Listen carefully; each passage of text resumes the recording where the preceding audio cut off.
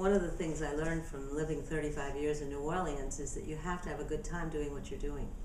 And as Joe Barnt once said, one of our colleagues, he once said that if white people see anti-racist work as sacrificial, we're not going to do it. It's got to be something that feeds our souls. It's got to be something that we enjoy. It's got to be something that builds our humanity and our relationships with a very wide group of people. So when David and I moved to New York almost 7 years ago, the group here understood that, and they said, we want to have a party, a welcome party. So they had a welcome party for us. It was a potluck, and we had a really good time, and there wasn't an agenda. It wasn't a meeting. It was just an enjoyable time, and we had good food, and we had good things to drink. And I said to the group that was assembled at that first meeting, it was in November of 2004, I said, you know, maybe we should do this every month. And the people in the room said, nah, we don't do that in New York. We're too busy.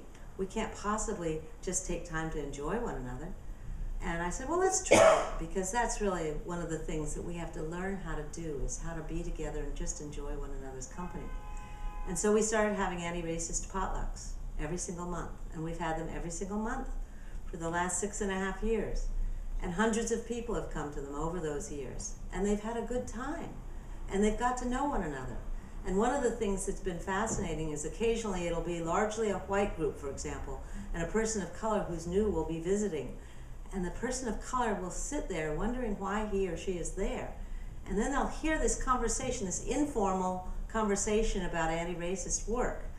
And they will be so encouraged, because they'll say, I have never heard a group of white people sitting together over food and having a good time and talking as anti-racists. It's never happened.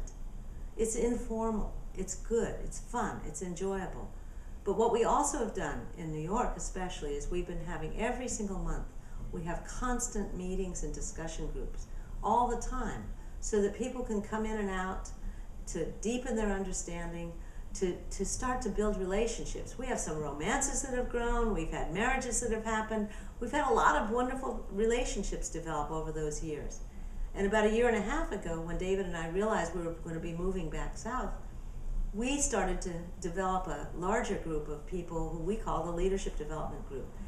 And it was the same people who were using anti-racist principles to do whatever they were doing, whether they were working in hospitals or schools or in the prisons or in the healthcare and human services, wherever they were working, they came together because they were practicing anti-racist principles. And we brought this group together and said, look, we've got to be able to sustain this work over time.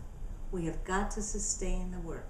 And the only way we can sustain the work is if every person in the room, and there were maybe 40 or 50 people in the room, takes this as your way of doing your work.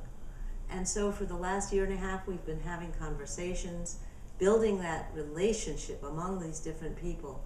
And so by the time David and I moved back down to Mississippi, we realized there was a group here, a strong group, people from all walks of life, old people and young people, Black, Latino, Asian, and American, and white, all working together. Now, some would say that's just kumbaya, Margery, you're putting on a false front. I don't think so. I watch these relationships. I watch the informal connecting with people over the telephone, through emails, getting together for coffee. That's what takes this work to a different level. That's what makes it a way of life.